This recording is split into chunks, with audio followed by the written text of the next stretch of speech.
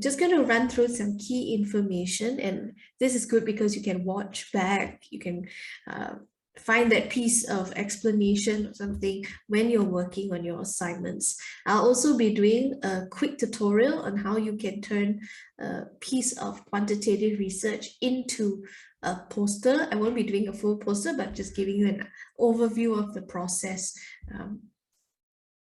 as a video soon. Okay. So your task for assignment 1 will be to turn a source into a poster. And to do that, you need to first choose your source, which we'll be working on today. How do we choose a source? How do we know that it's a quantitative source? What are the requirements? If you look at the previous instruction video, I talked about how it needs to be about college students. It needs to be from the last 10 years, and it needs to be quantitative, which means there must be numerical and statistical data that is being discussed. You can use a mixed method study, which is something that has a survey or something, but it also has some open-ended questions or maybe an interview or something to follow up on that. That's fine. Though we'll be focusing a little bit more maybe on the quantitative, like, the percentages, the pie charts and all that. Today, we'll work on choosing the source. And we'll also work on identifying the story. When I say story, it can be a little bit confusing, but what I'm saying is a human experience that most people can identify with. Yesterday in the tutorial, some people were choosing studies about diet and how they affect academic performance, or what university students think about coffee, or how does students' mental health, how does sleep affect students' mental health, for example. So these are just some ideas for stories that are really interesting, or like face-to-face versus online learning. Which one is better for students long-term, which is better for their mental health or their academic performance? If you think about it, all these things like sleep, coffee, mental health, all these are so important. So part of our everyday life, things that we can relate to as human beings. So that is what I mean by story. And when I say story, it also means something that can be illustrated and explained, right? Next, we'll be breaking down the individual sections of that paper that you choose, that research article.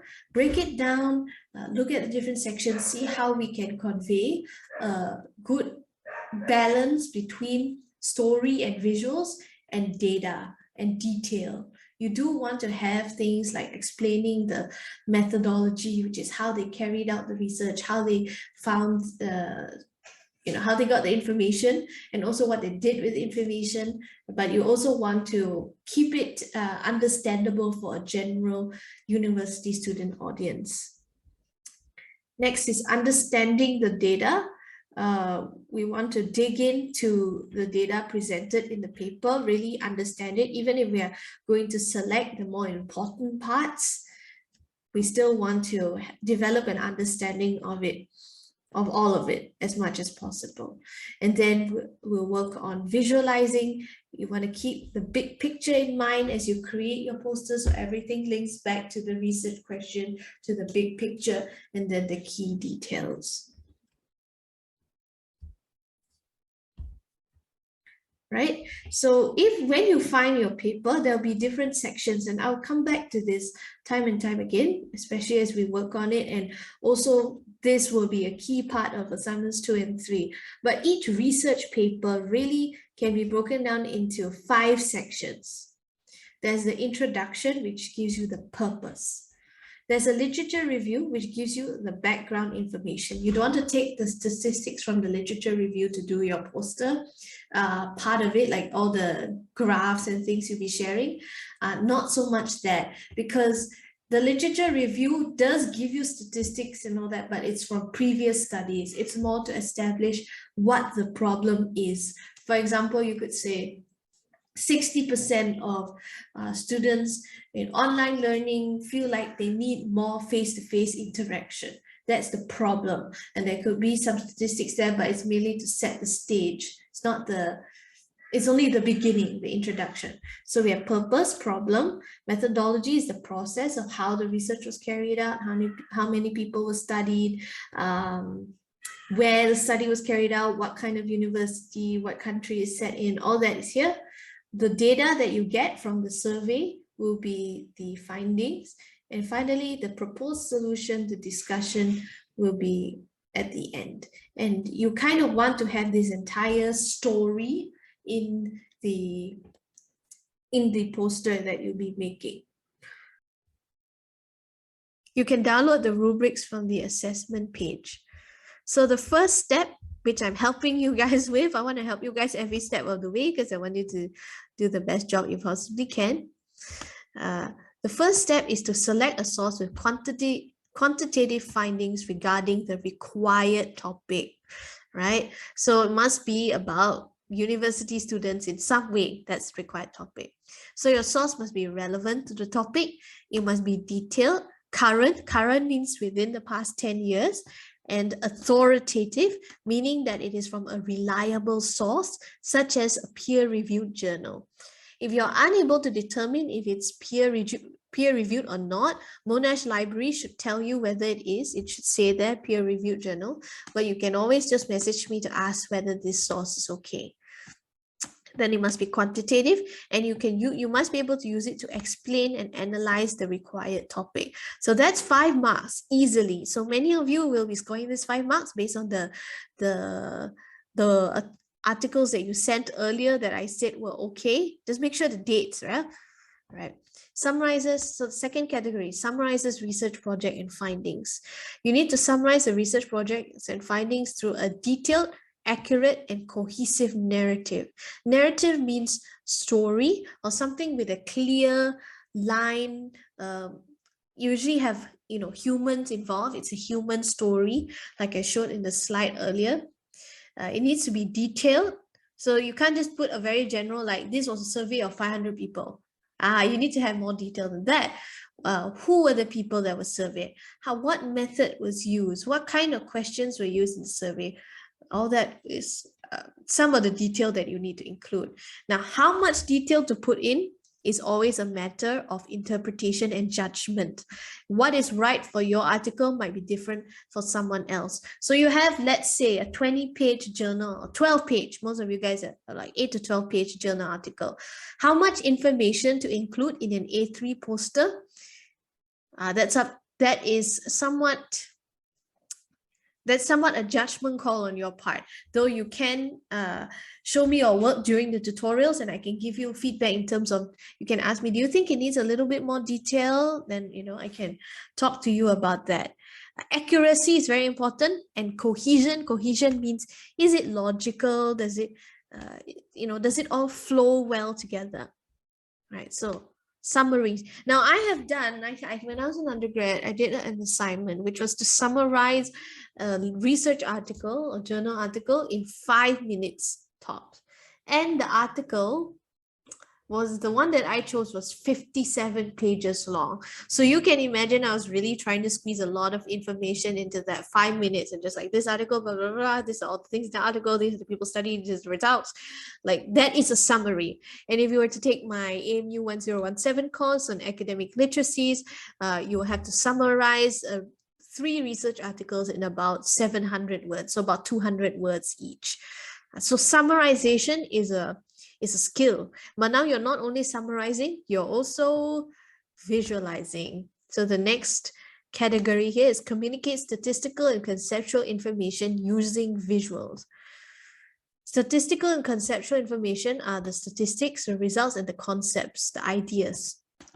And you should use well-integrated, appropriate, and informative visuals that support and enhance the presentation. So not just like cute stickers and all that, color scheme and all that are very important. But the main thing is that what I'm talking about are like the visualizations of data, such as I showed in the week 2 lecture. Especially at the end, there are 2 slides about different ideas for the kinds of visualizations of statistics. So for example, a simple pie chart can say a lot. People can know what it means. For example, right, male and female or other you know, all those categories, whether the study used 2 or 3 or more, you have the pie chart, and then you can use a pie chart to show the different respondents. Now, some with male, female, some studies are binary. They just show you whether the participants are male or female. Some of them might have more options as well. Again, so you have to bear that in mind. It's kind of interesting, right? Some are still, yeah. Okay, the last section here would be organizes textual and visual information consistently and accurately throughout the work. Is it well organized? And also grammar, spelling, and punctuation. So all of this adds up to 20 marks. And don't worry, as you develop this skill, it will also be used for assignment 3. So you work on it now, you get your feedback, it's going to help you a lot with assignment 3. And because you're studying a research project, a research paper, journal article, same thing, you'll be creating your own for assignment 2. At least now you know what the different sections are. So speaking of, oops, someone just got here. So speaking of the different sections, just to go back here, these 2 are very crucial slides.